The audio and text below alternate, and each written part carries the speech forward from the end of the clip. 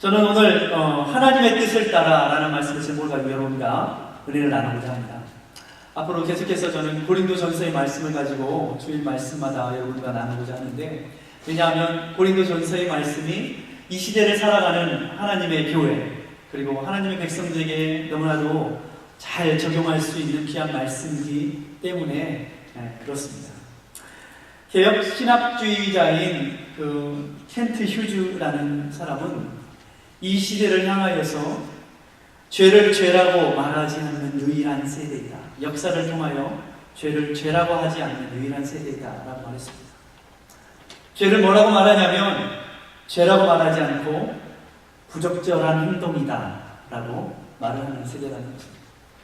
대통령으로부터 어린아이에 이르기까지 죄라고 내가 잘못했습니다 말하기보다는 그저 그 당시의 그 상황에 부적절한 행동일 뿐입니다 라고 자기를 정당화하고 회피하는 시대이다 라고 말을 하는 것입니다. 사도 바울은 에베소에서 3년간 체류하면서 고린도 교회, 그가 그토록 사랑했던, 그리고 그곳에 가서 복음을 전해서 그곳에 고린도에 예수를 믿는 사람들이 많이 생기고 교회가 생겼는데, 에베소에서 3년 동안 체류하면서 고린도 교회 소식을 듣게 되었어요. 그것은 뭐냐면 고린도 교회가 분쟁과 또 심지어 도덕적인 윤리적인 그 잘못된 죄악 가운데 빠져 있더라는 그러한 소식을 사도 바울이 듣게 됐다는 것입니다. 고린도는요, 전형적인 헬라 문화와 이 문화의 특징을 가지고 있습니다. 그러나 이 고린도는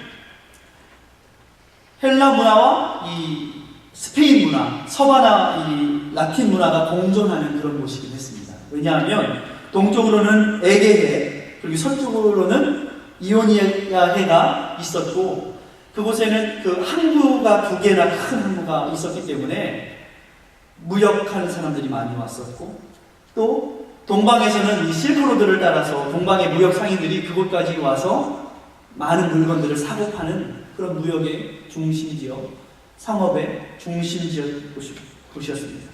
사람들은요, 잘 살았습니다. 게다가 헬라 문화의 영향을 받아서 지혜, 철학, 수사학, 말을 잘하고 논리적으로 논쟁을 잘해서 자기의 논리를 잘 펴는 사람은 야, 저 사람 지혜로운 사람이다, 똑똑한 사람이다 라는 말을 듣는 그런 지혜를 좋아하고 구하는 그런 세대였습니다.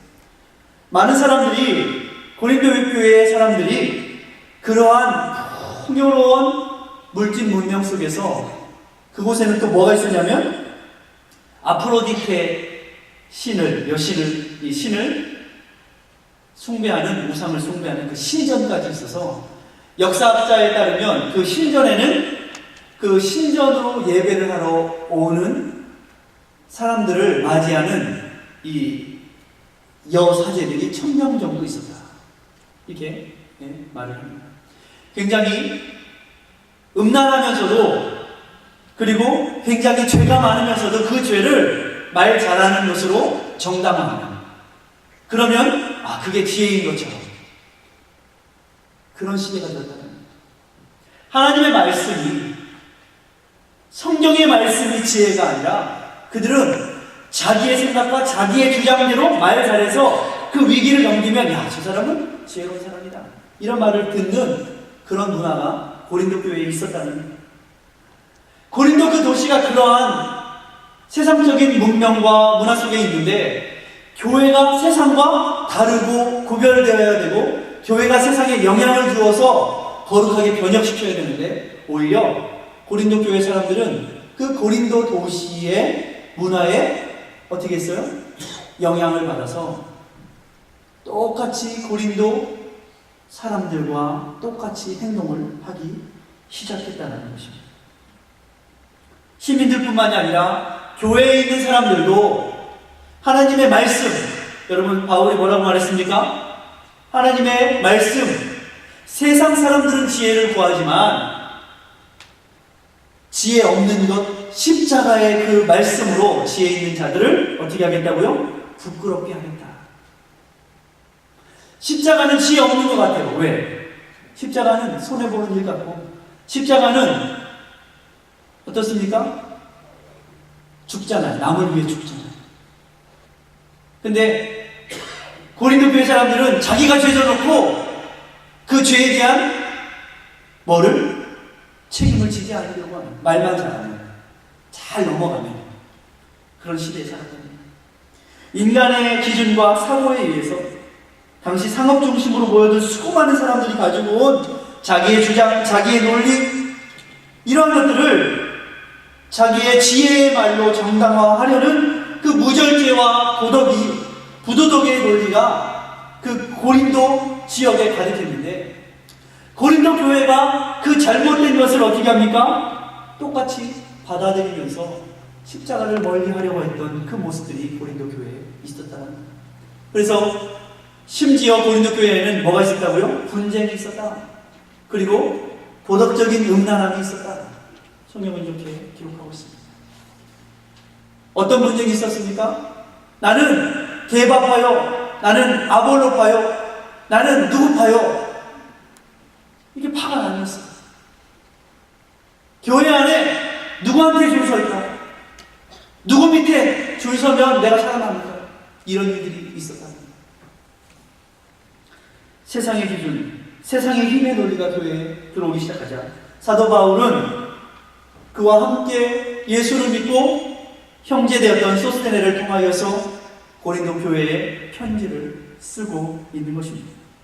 십자가의 도는 세상의 지혜를 구하는 자들에게는, 당시 고린도 지역의 사람들, 헬라 문화로 지혜를 찾는 자들에게는 십자가가 미련한 것처럼 보이지만, 구원을 얻는 하나님의 백성, 교회의 백성들에게는 하나님의 능력이 됩니다.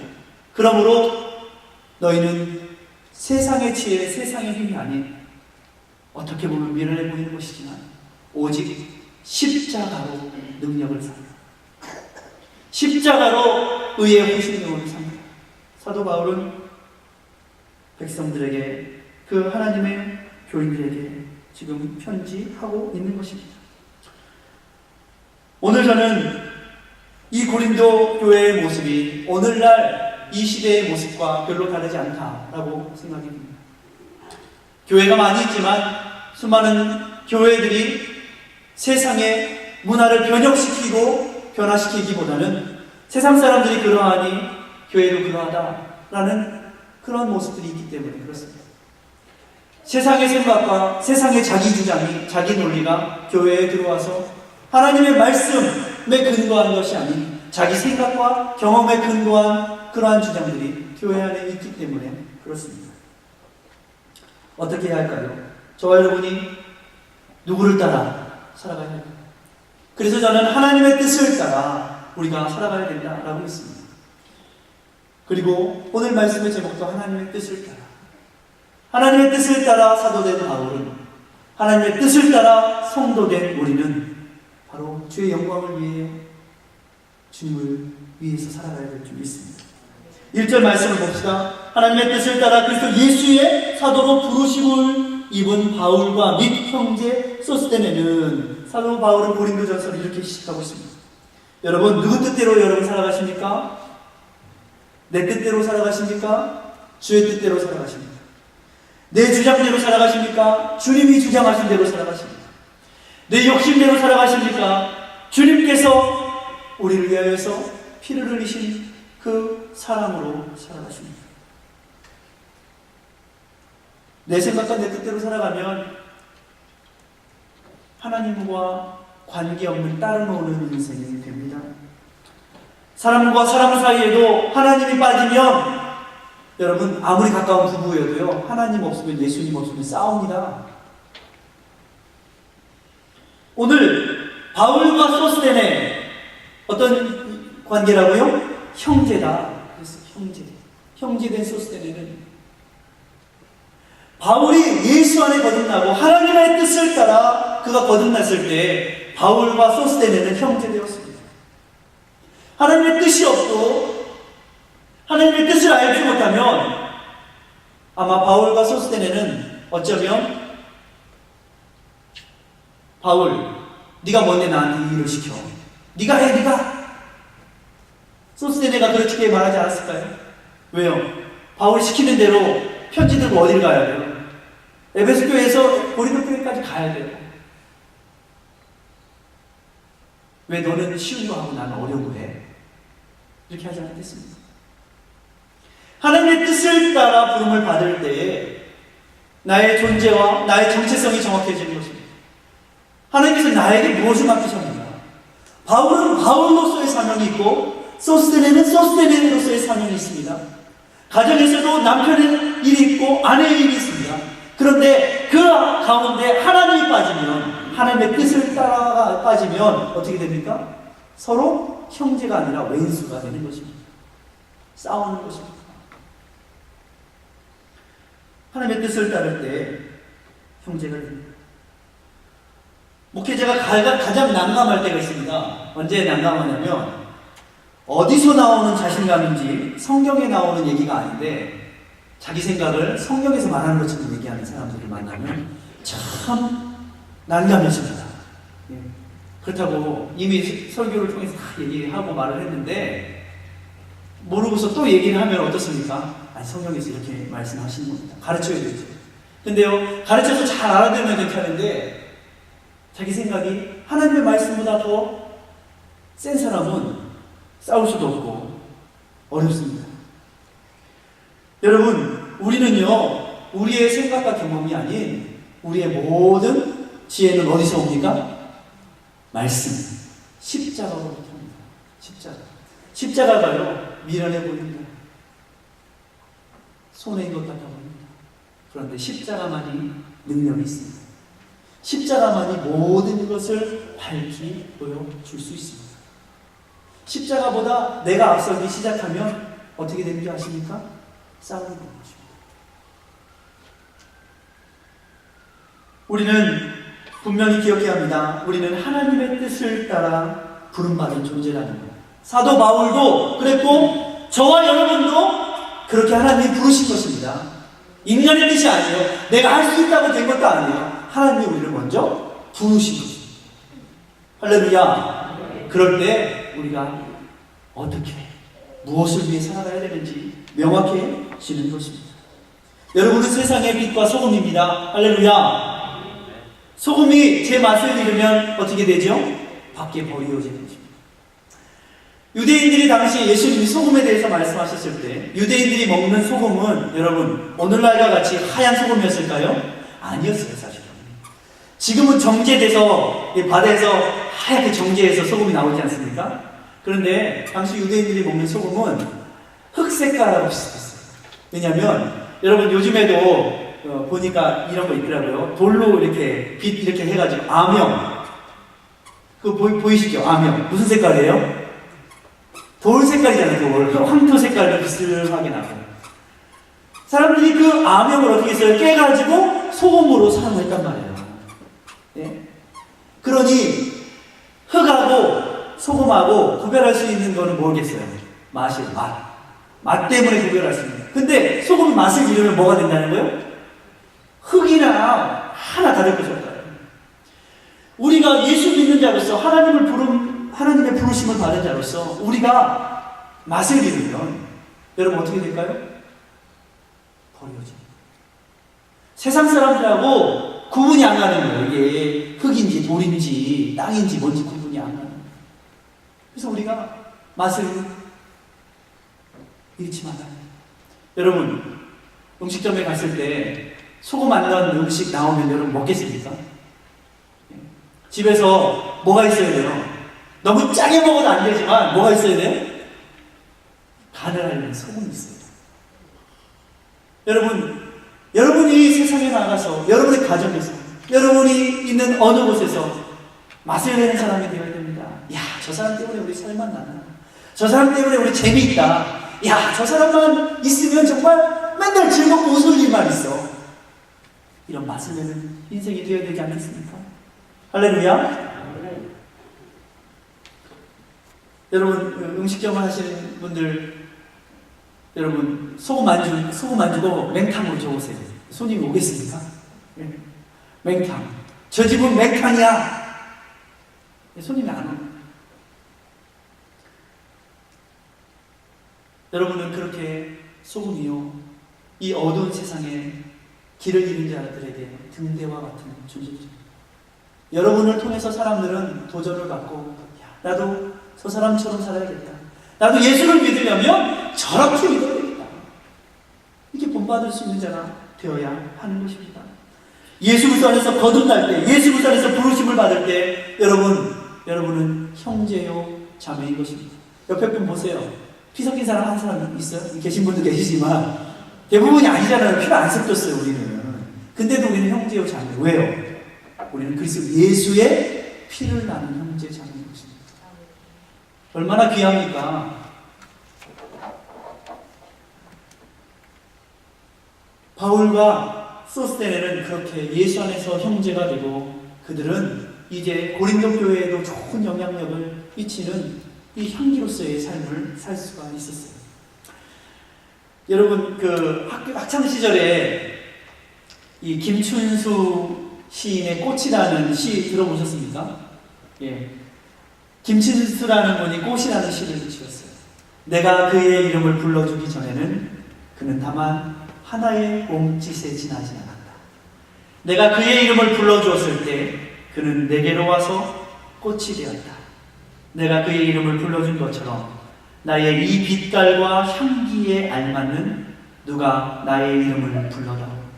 그에게로 가서 나도 꽃이 되고 싶다. 우리들은 모두 무엇이 되고 싶다. 나는 너에게, 너는 나에게 잊혀지지 않는 하나의 의미가 되고 싶다. 여러분, 꽃과 같이 향기 있는 삶을 살기 원하십니까? 하나님께서 우리를 불러주셨어요. 하나님께서 여러분을 불러주시고 여러분의 향기와 빛깔에 맞도록 뭘 주셨어요? 이름을 주셨어요. 이렇게 살아가라. 그래서 우리는 하나님 안에서 의미 있는 존재가 되었어요. 바울도 예수님을 만나기 전에는 뭔가 많이 했어요. 근데 뭘 많이 했어요? 하나의 몸짓에 지나지 않은 일을 했어요. 사람 죽이는 일. 예수 믿는 자들 다 잡아 죽이는 일을 열심히 했어요. 근데 하나님 보시기에는 그거는 의미가 없는 일이었어요. 하나님께서 그를 불러주시고 그가 하나님 안에서 야, 내가 이렇게 살아야 되겠다 사명을 받았을 때 그는 하나님 앞에서 의미 있는 삶을 살기 시작했습니다. 여러분, 저와 여러분이 꽃과 같이 아름답게 의미 있는 삶을 살아가야 되지 않겠습니까? 여러분이 향기가 나야 되지 않겠습니까? 이탈리아의 피렌체라는 곳이 있지 않습니까? 들어보셨어요? 이탈리아의 피렌체라는 곳은 향수로 유명합니다. 향수. 여러분, 향수. 어떤 사람에게 가면 향수 냄새가 좋은 사람 있지 않습니까? 향수로 아주 수세 기 동안 향수로 유명합니다. 어느 여행가가 이 이탈리아의 이 동네 피렌체에 며칠 머물게 되었습니다. 피곤해서 이제 아침 식사를 저녁 다 하고 이제 마을을 둘러봐야지 하고 보니까 마을 자체가 막 조각과 같아요. 얼마나 멋있고 아름다운지. 게다가 저녁에 돼서 이제 석양이 뉘어지는 그곳에 가서 커피 한 잔을 시켜놓고 다 커피를 마시고 있는데, 아니 그제는 며칠 머물면서 그제는 맡을 수 없었던 그런 향기가 솔솔 나는 거예요. 여러분, 무슨 향기일까요? 이탈리아의 음식, 유명한 음식이 있습니다. 뭐가 있습니까? 피자? 이게 내가 못 먹어본 피자 냄새인가? 스파게티? 스파게티 냄새인가? 아니면 이게 이 빵 냄새인가? 그래서 이 냄새가 너무 좋아가지고 지나가는 사람한테 여보세요. 이 냄새가 도대체 무슨 냄새입니까? 물어봤어요. 그랬더니 무슨 냄새가 나는데 잘 모르겠는데요. 나는 냄새가 안 나는 것 같은데 잘 모르겠는데요. 그런데 나중에 그 이유를 알고 보니까 피렌체 이 마을에 사는 대부분의 사람들은 향수 공장에 가서 일을 하는 거예요. 아침이 되면 향수 공장에 가서 일을 하고 저녁에 해가 질 때쯤 뉘어 넘어갈 때쯤이 되면 자전거를 타고 또 걸어서 오토바이를 타고 집으로 퇴근을 하는 길인 거예요. 근데 그 퇴근하는 길목에 이 여행가가 카페에 앉아서 뭐라고 있었어요? 커피를 마시고 있었다는 거예요. 사람들이 하루 종일 그 향수 공장에서 일을 하다 보니까 뭐가 배웠어요? 향수 냄새가 몸에 배인 거예요. 몸에 배인 거야. 그러니 물어봐도 자기는 자기의 향수 냄새 알아요, 몰라요? 모르죠. 근데 여행가가 와서 딱 보니까 그 향기가 너무 좋아요. 말 그대로 그렇습니다. 우리가 어디에 잠겨서 사느냐가 그 사람의 냄새가 나게 합니다. 여러분의 삶 가운데 진정 예수 안에 잠겨서 예수 향기가 나십니까? 사도 바울이 뭐라고 그랬죠? 고린도후서 2장 15절에 우리는 구원을 얻는 자들에게나 명하는 자들에게나 하나님 앞에서 그리스도의 향기입니다. 할렐루야. 우리가 예수 안에 잠겨 있으면 여러분의 삶 가운데 예수의 향기가 나야 됩니다. 그런데 이런 거 있어요. 예수 믿는 사람끼리, 교회 다니는 사람끼리는 잘해. 근데 예수 안 믿고 교회 안 다니는 사람들은 잘 못해. 근데 성경은 뭐라고 했어요? 예수 믿는 사람에게 뿐만이 아니라 망하는 자들에게도 그리스도의 향기다. 여러분, 여러분한테 잘하는 사람한테만 잘하면 될까요? 안 될까요? 안 돼요. 예수 믿는 사람은 때로는 망하는 사람, 때로는 나한테 잘하지 않는 사람, 때로는 나를 아프게 하는 사람한테도 어떻게 해야 돼요? 잘하는 거예요. 그게 향기라는 거예요, 그게. 그렇지 않으면 여러분 도적도 자기 자식한테는 잘합니다. 나한테 잘하는 사람한테만 잘하는 것은 누구나 할 수 있는 일이에요. 그러나 예수 믿는 사람은 망하는 자나 예수를 믿는 자나 누구에게나 다 그리스도의 향기가 되어야 하는 것입니다. 예수 안 믿는 사람이 볼 때 여행가가 와서 볼 때 잠시 머무를지라도 야, 이 동네 사람들은 다 향기가 나. 이 교회 사람들은 다 향기가 있어. 이런 고백이 있어야 되는 것입니다. 어떤 사람들은 인간 냄새가 나요. 인간 냄새. 사람 냄새가 너무 인간적이고 너무 친절을 베풀어도 계획적이야. 그래서 친절을 베풀고 어떻게 합니까? 여러분 막 이렇게 누구 엄마 참 예뻐 오늘 옷도 잘 받고 빠마도 잘 나왔어 이렇게 하는데 그 다음에 옆구리를 콕콕 찔러요. 네 차례야. 네 차례. 내가 칭찬 한번 해줬으니까 너도 한번 해달라는 거 아니야. 그래서 옆구리 막 찌르는 거예요. 안 해주면 삐져. 말도 안 해. 그러지만 우리는 예수 안에서 그래서 예수의 향기. 전도서의 기자는 이렇게 말합니다. 죽은 파리가 향기름으로 악취가 나게 하는 것 같이 적은 우매가 지혜와 존귀로 패하게 합니다. 여러분 똥파리 아시죠? 똥파리. 똥파리가 지나간 자리에 뭐가 생기는 게 아십니까? 구더기가 생깁니다. 금방 생깁니다. 한여름에 똥파리는 또 커요. 똥파리는요 색깔도 그냥 반짝반짝 빛나요. 똥파리가 한 번 왔다 가면요 뭐가 생기죠? 구더기가 금방 생깁니다. 똥파리가 이 향기로운 정말 아름답게 준비한 향기름에 빠져 죽어가지고 썩어버리면 어떻게 한다고요? 향기름이 쓸모없게 된다고 했어요. 적은 우매가 뭐라고요? 이 지혜와 존귀로 패하게 하느니라. 지혜자가 깨달은 것이 되셨어요. 그러므로 우리는 언제 어디서나 어떻게 합니까? 향기를 지켜야 되는 것입니다. 혹시라도 똥파리가 들어와서 빠져 죽지 않도록 우리가 어떻게 해요? 영적으로 깨어 있어야 됩니다. 사단은요 늘 앵하고 돌아다닙니다. 사단은요 앵하고서 어디에 앉을까 하고 돌아다닙니다. 왜 우리가 주님을 믿는다고 하면서 음식에 파리 앉을까봐 파리를 쫓으면서 우리의 영혼에 똥파리가 앉을까봐 조심하지 않습니까? 깨어있어야죠. 깨어있어야지 똥파리가 앉아서 알을 까지 못하는 것입니다. 향기름으로 향내가 되어 주님께 영광을 돌리는 삶, 주님 앞에 예배를 드리는 그 삶이 있어야 되는 것입니다. 그렇지 않으면 적은 우매의 한마디가 어떻게 합니까? 준비한 모든 것들을 다 망쳐놓고 마는 것입니다. 그러므로 우리는 언제 어디서나 향기로운 마음, 향기나는 삶을 살아가야 하는 것입니다. 마지막 두 번째는 이것입니다. 믿음의 공동체 가운데 하나님의 사람들 가운데는 오늘 말씀에도 보니까 3절 말씀에 하나님 우리 아버지와 주 예수 그리스도를 쫓아 뭐가 있기를 원하노라? 은혜와 평강이 있기를 원합니다. 여러분 은혜와 평강이 있으십니까? 할렐루야. 은혜와 평강이 있어야 합니다. 어떻게 하면 은혜가 있을까요? 예수 안에 거룩해지면 은혜가 있습니다. 예수 안에 거룩해질 때 은혜가 있습니다. 어떤 사람들은요, 예수 십자가가 아니라 자기 생각대로 은혜를 찾으려고 합니다.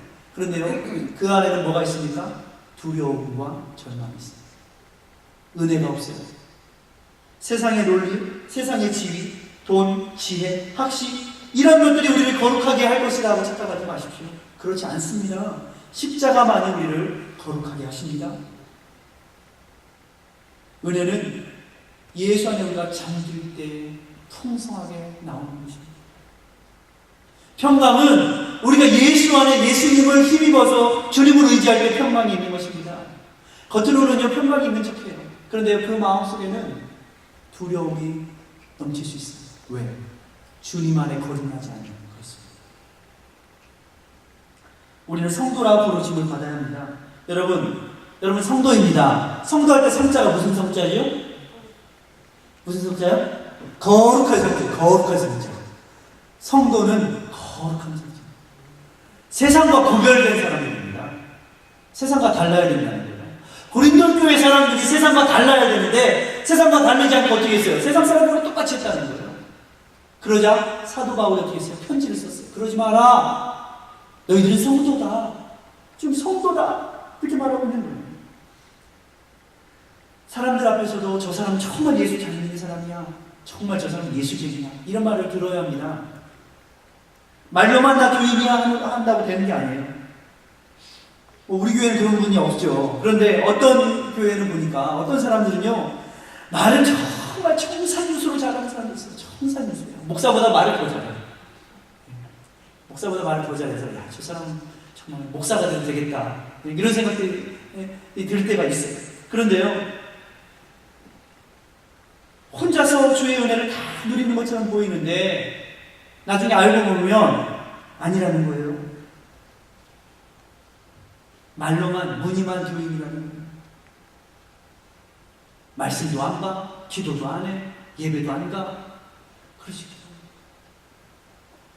그러면서 꼭 가지 말아야 할 자리에는 꼭 있어요, 그 사람. 여러분, 지혜로운 자가 되십시오. 복 있는 사람은 악인의 길을 쫓지 않고 죄인의 길에 서지 않고 오만한 자의 자리에 앉지 않는다고 했습니다. 하나님께서 원하시는 그 자리에 있어야 합니다. 그게 진짜랍니다. 말이 아니라 저 사람은 정말 세상 사람하고 다르구나. 저 사람은 정말 예수 잘 믿는 사람이구나. 예수 그리스도의 이름을 부르는 사람들은 교회뿐만이 아니라 언제 어디서나 주님을 믿고 따르고 그 삶 가운데, 여러분의 생활 가운데 주님을 나타내는 그러한 모습들이 있어야 된다는 것입니다. 그때 바로 은혜가 있고 평강이 있습니다. 모이기만 하면 은혜는 어디로 온데간도 사라지고 뭐만 딴 것만 있어요. 동네 아줌마들이 다 나와. 이 집 살림들이 다 나와. 그 집 살림, 뭐 숟가락 젓가락 밥가락까지, 그 집에 쟁반이 어떻게 된 데까지. 그게 아니라 주의 은혜를 나누십시오. 모일 때마다. 사도 바울과 소스테네는요, 이러한 교회의 은혜와 평강을 전하고 있습니다. 예수 안에 부르심을 받은 교회 안에는 늘 은혜와 평강이 넘쳐납니다. 교회를 생각할 때 뭐가 있어야 돼요? 은혜가 있어야 됩니다. 감사가 있어야 됩니다. 기쁨이 있어야 됩니다. 그런데 교회만 생각하면 어때요? 어휴, 평강이 있는 거예요, 없는 거예요? 네? 그럼 안 됩니다. 우리 교회가 교회만 생각하면 기쁨이 넘치시기를 주의 이름으로 축원합니다. 웃음이 절로나시기를 주의 이름으로 축원합니다.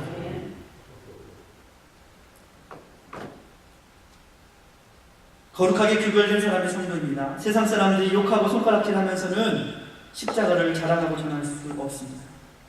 화평케 하는 자는 복이 있나니 저희가 하나님의 아들이라 일컬음을 받는다. 이랬습니다. 여러분, 화평케 하는 자가 되십시오.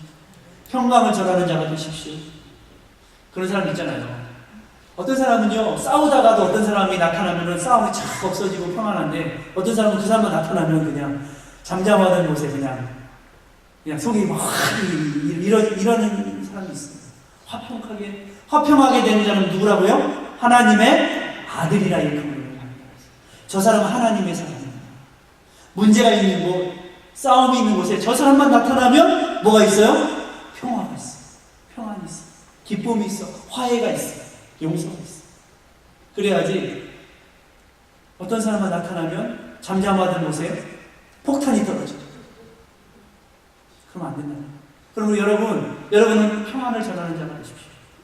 은혜를 전하는 자가 되십시오. 하나님의 사람 반대말은 뭘까요? 여러분 상상에 맡기겠습니다. 사단에게 이용당하는 사람이 되면 안 되는 것입니다. 사단은 처음부터 거짓말자니요, 참소하고 고소하는 자요, 서로 속이고 속게 만드는 자요. 성경 그렇게 말하고 있습니다. 중간에 끼어서 어떻게 해요? 싸움을 붙이는 자다. 불난집에 부채질하는 자가 사탄이에요. 어떻게 돼요? 사단을 어떻게 됩니까? 대적해요. 할렐루야. 이 똥파리처럼 사단을 이 똥파리처럼 엥거리고 어디다가 사단의 알을 깔까 하고 돌아다녀요. 어떻게 합니까? 쫓아야 돼요. 여러분 항상 파리채를 준비하고 다니십시오. 영적인 파리채가 있어야 돼요. 요놈 앉기만 해봐라. 여러분 잡아야 돼요. 고린도 교회가 그랬다는 거예요. 그래서 사도 바울은 어떻게 했습니까? 고린도 교회에 소스테네를 통해서 편지를 쓰고 있습니다. 너희가 성도가 아니냐?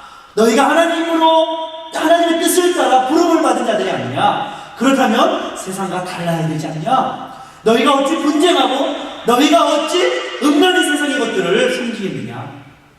너희는 하나님의 그리스도 예수의 향기가 되라. 주님께서 사도 바울을 통하여서 고린도 교회에 말하고 있습니다. 말씀 맺겠습니다. 저와 여러분이 누구의 사람입니까? 누구로 말미암아? 하나님의 뜻을 따라 예수 그리스도로 말미암아 저와 여러분이 성도된 자인 것을 늘 기억하시길 주의 이름으로 축원합니다. 교회로서, 성도로서 여러분 우리의 삶 가운데 뭐가 있어야 돼요? 은혜와 평강이 있어야 돼요. 마지막 요 말씀만 하고 마치고자 합니다. 제가 한국에 섬기던 교회 이웃교회에서 이런 일이 있었습니다. 교회에 한 권사님이 계를 했어요. 계 아시죠? 계를 했는데 뭐 몇백만 원짜리 계가 아니라 10억짜리 계를 했어요. 10억짜리 계. 10억짜리 계를 해서 온 교회 한 2,000명, 한 1,000명, 몇백 명, 1,500명 정도 모이는 교회였는데 계를 했는데 온 교인들, 장로님, 권사님들 다 돈 하게 해주겠다고 했는데 10억을 들고 날랐어요. 종족을 던졌어요. 난리가 났어요. 왜냐하면 이 계를 하시던 분들이 자기 돈만 하면 뭐 괜찮은데 자식들 적금 깨가지고 그 다 밀어놨어요. 어떻게 됐을까요? 그 교회 목사님도 그 권사님이 장로님 부인인데 이 목사님도 몇천만 원을 무슨 돈인지도 모르고 받아 썼는 거예요. 교회가 풍지박산이었어요. 그래서요, 한국 교회, 제가 섬기던 교회 맨 뒤에 교회의 규칙에 보면 뭐가 있는지 아십니까? 교인끼리는 계하지 마십시오. 이런 게 있었어요. 여러분, 성도의 교제는 계로 이루어지는 것이 아닙니다. 성도의 교제는 뭐가 있어야 돼요? 은혜와 평강의 교제가 있어야 돼요. 그래서 우리가 모일 때마다 어떻게 합니까? 계하자 하지 마시고 예수 그리스도의 평강과 은혜의 말씀을 나누는 그 모임, 그 교회가 건강한 교회가 되는 것입니다. 저 여러분이 이 마지막 때에 그래서 예수의 향기나는 교회 되시길 주의 이름으로 축원합니다. 기도하겠습니다.